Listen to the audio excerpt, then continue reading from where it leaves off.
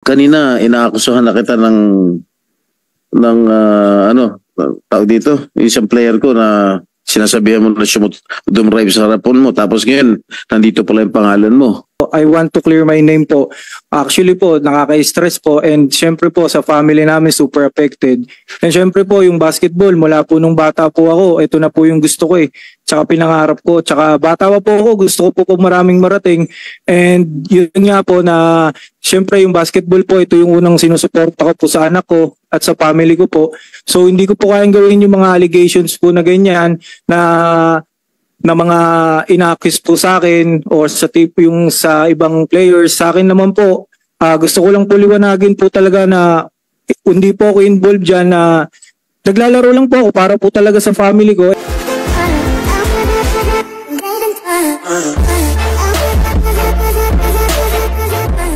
Bacolod ka ba dati? Yes po, Your O Honor. nandito rin pangalan nito. Nag-appeal ka? Yes po, Your Honor. Oh, what happened to the appeal? Ito, sandali ha. Alam mo, I want to clear my name po. Actually po, nakaka-stress po, and syempre po sa family namin super affected.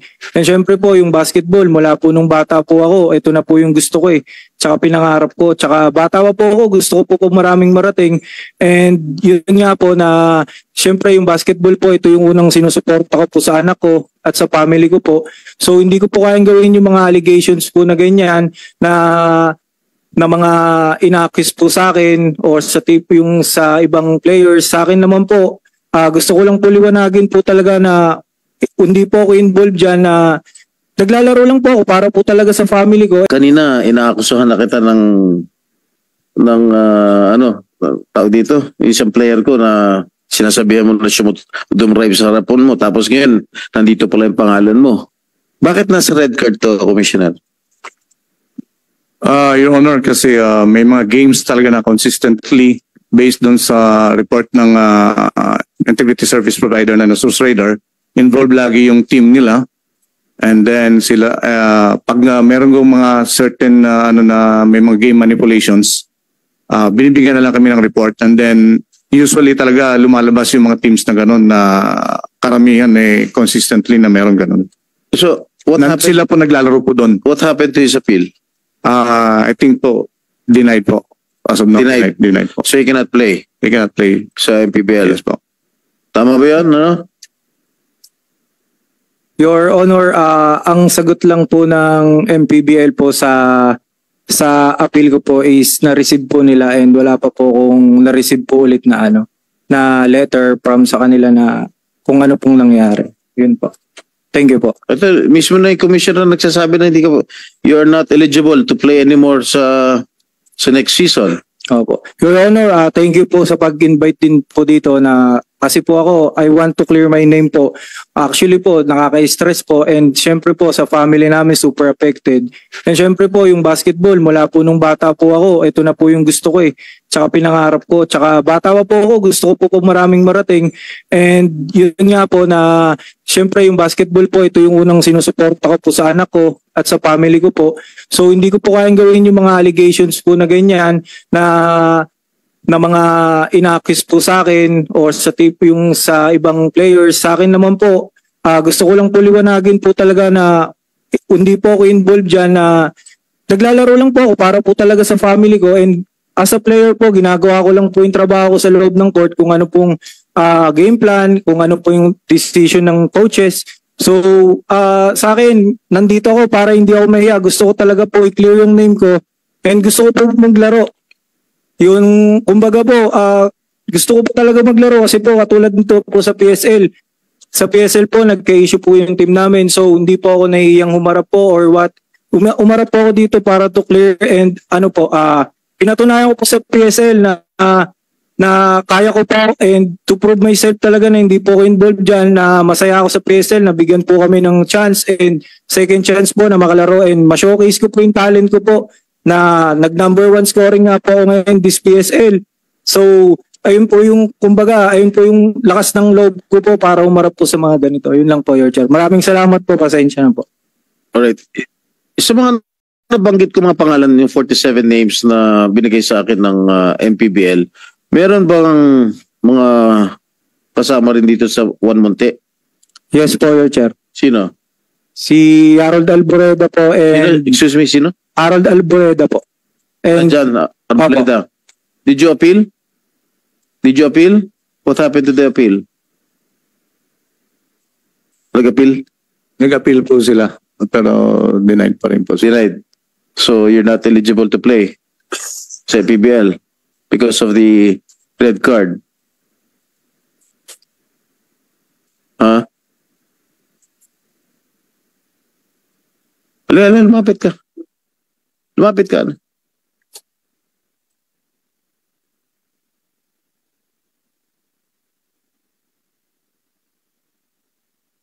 Nagbigay ba ng warning sa'yo, Mr. Arboleda? Oh, meron po, yellow card po. May warning binigay sa'yo? Opo. Oh. Bali po, nangyari po nun, dati po kasi parang nasa 140 po kami, parang ganun pinatawag po kami. So, ang sabi lang po sa amin, mag-appeal lang po kami. Nag-appeal naman po ako, tapos nung pa-start na po kami ng Bacolod, parang 3 games lang po ako. Ano po, bigla na lang po red card. Hindi, dada ka muna sa yellow card bago ka. Opo, meron na po ako yellow card. Tapos maglalaro na po ako nakapag-appeal na po ako noon. Tapos okay, akala ko okay na po. Tapos nakalaro lang po ako ng 3 games, 3 to 4 games. Tapos po na red card na po ako. Na red card ka na? Yes po. Baka meron ka talaga kalokohan ginagawa. Wala po, Senator. Wala po. Saka ba bago ka nag-MPBL, saka naglalaro? PBA po. PBA? Opo. Ex-pro ka? Yes po. Anong team? NLEX po. NLEX, ba't ka tinanggal? Bali po, loaded din po. Tapos, No? loaded po yung Marami team. kang kapwesto. Opo. Tsaka po, nagpalit din po ng coach. Bali po nag-tryout kami kay Coach Eng, parang hindi na po ako nakuha. Ilan taon ka nanatili sa PBA? 2 years po. 2 years. Opo. Alright. Sino pa yung mga ibang players na kasama dito sa listahan? Sino? Rusey Koga po. Nandyan? Opo. Ano pangalan? Rusey Koga po. Jose Koga. Yes po. Bacolod. Opo. Oh. Nag-appeal? Nag-appeal ka?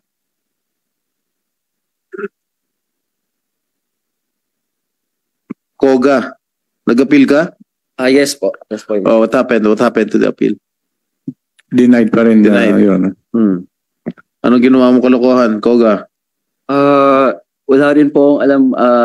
Winarningan ka ng MPBL. Hindi ko po alam na nagkaroon po ako ng yellow card. Tapos Hindi yun nga po. mo alam, nagkaroon Opo. ka ng yellow card? Yes po. Tapos nagkaroon na lang po ako ng red card bigla po.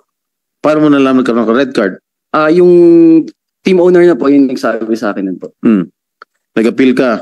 Yes po, nag-appeal po ako. Nag-reply po sila na ang sabi, thank you for the submitting your appeal. Sabi po, we will inform our legal counsel and management team ng MPBL. So sinasabi ngayon ng commissioner ng MPBL, denied. So you're not eligible to play anymore sa MPBL.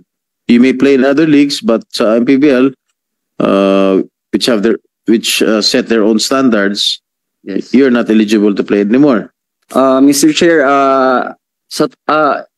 okay lang po ba magkwento kahit konti po about what happened sa akin the past years po? The past years? I mean, Ano ba ang kwento mo? recent, kung bakit po medyo bumaba po yung ano ko po, yung pag dito. Sige, I'll give you a chance to clear your name. Yes, ano po kasi, before po mag-start yung invitational that time, meron na po akong nararamdamang injury sa tuhod na hindi ko naman po alam kasi wala naman akong way para ma-check up yun. So, I was playing with a complex tear, meniscus, and then last MPBL season, nag-complete tear na po siya. Then, I had a surgery, and then after that, syempre meron pong trauma, hindi po makapaglaro ng maayos. Pinilit ko po makabalik agad kasi nga po gusto ko po talaga maglaro.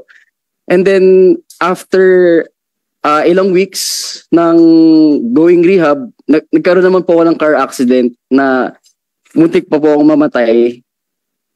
And then yung truck driver and yung company niya, hindi pa po ako nababayaran until now. Kaya po medyo parang yung stress, anxiety, and depression po nandun po sa akin. Kaya hindi po talaga ako makapaglaro ng maayos that time. Ngayon po, pinipilit ko po kasi syempre, I have to clear my name po. I'm playing this game kasi passion ko po talaga to. Ilan taon ka na? 31 po. Bago ka pumasok sa MPBL sa naglalaro? I played for San Beda po. I had 4 championships there. San Beda? Juniors, Apo. seniors? College po. College, seniors, yes. college. And then after that, I had a team in D-League. I had 2 championships. Hindi ka And nag-PBA? PBA D-League po. Nag-PBA ka? PBA D-League lang po. D-League. Opo. Ah. And then 1 champion in Happy Fresh Fighter sa PBA D-League. And then I got drafted po ng Meralco. Way back 2016 po. Senator Jingo, if I may lang po, gusto lang nating malaman kasi yung nakakaalam lang ng yellow card, red card. Pwede ba MPBL na commissioner, ano itong yellow card? Kailan ka-issuehan ng yellow card? Kailan ka-issuehan ng red card? Ano yung bawal? Ano bang guidelines ninyo dito sa tinatawag na yellow card, red card at ano pa? Mr. Chair, aside from dun sa report ng Sports Radar, yung integrity service provider namin, nagbe-base din kami minsan sa mga stats nila and then team performance and then eye test po, yun. Nakikita talaga sa court minutes. How did you came up with this idea, itong red card, yellow card ito? Para saan po ito? Ito lang po ang ginawa namin based on sa advice ng founder namin kasi nakikita niya minsan na may mga certain games talaga na very obvious na it's So kayo po yung naniniwala na sabi mo obvious. What do you mean by obvious? Kino-compare po namin po yung report ng Sports Radar and then i-compare namin dun sa stats and then sa team performance overall. So and dun po sa itong Sports Radar, sila ang integrity service provider po, sila po nag-analyze ng mga games. Okay. And then to provide nila sa amin. Pag red card po, dun namin Pero itong Sports Radar na ito, walang betting dito. wala po. Wala po. Purely analysis lang siya. Analysis lang po. Oh, okay. Opo. Analytics. Analytics. Okay. Analytics. Ngayon, ipino-provide nila sa inyo. And then kayo ang magdi-determine kung yellow card. Ano ibig sabihin ng yellow card? Yellow card po, warning lang dun sa players and coaches and team managers na may report kami coming from sa Sports Radar. Namin dun sa game nila that day. Magpapadala po si Sports Radar pag may certain game manipulations na po, pag naka-red flag. Pag wala po, wala Pero naman. pwede pa rin silang maglaro. Pwede pa rin po pag naka-yellow card po. Yellow card Yeah, lang. po, warning. So parang warning, first warning ito. Yes. And then after yellow card, red card na. Yes, Your Honor. Meron nang na-prove sa kanila, ibig sabihin. Parang magsasend ulit si Sports Radar ng report sa amin and then makikita namin same team pa rin. As you can see, Your Honor, same mag-teammates pa rin sila kahit saan sila mapuntang ligaw. NPBL or PSL. So suspendido na itong red card. Yes po. Hindi na sila makakalaro. So far, hindi pa. Paano ma-reconsider? Paano natin malalaman kung paano nyo? Parang actually parang trabaho na rin to ng GAB, no? Parang sila na ang nagsasanction. Kaya bubuuin natin tong batas na ito. Sino yung final sanction since ang GAB ang nagbibigay ng license dito. So yung ngipin ang kailangan. Pero in fairness naman sa lahat ng players na wala nang hanap buhay, kawawa naman kung hindi totoo talaga, no? Gusto talaga natin malaman yung katotohanan. So, paano natin buuin ito? Paano natin malalaman ang katotohanan? Parusahan ang dapat parusahan. At yung wala namang kinalaman talaga, malas lang talaga, o may problema lang nung panahong yun, ay bigyan ho natin ng tsansa. Let's be fair to everybody. So, red card, suspendido. Yes po. Until when? Until yung ina-ask lang ng aming founder sa kanila, Senator. Alam po natin na itong mga players minsan victims lang ito eh. Kasi there are big wigs talaga. Kalaro pa sila sa ibang liga. Yes po. So, ibig sabihin, red card na sila sa MPBL, pwede sila maglaro sa PSL. Saan yung PSL dito? Walang PSL. So, pwede pa sila maglaro sa ibang liga pa na hindi MPBL. Yes po, Your Honor. Para maintindihan lang po ng publiko.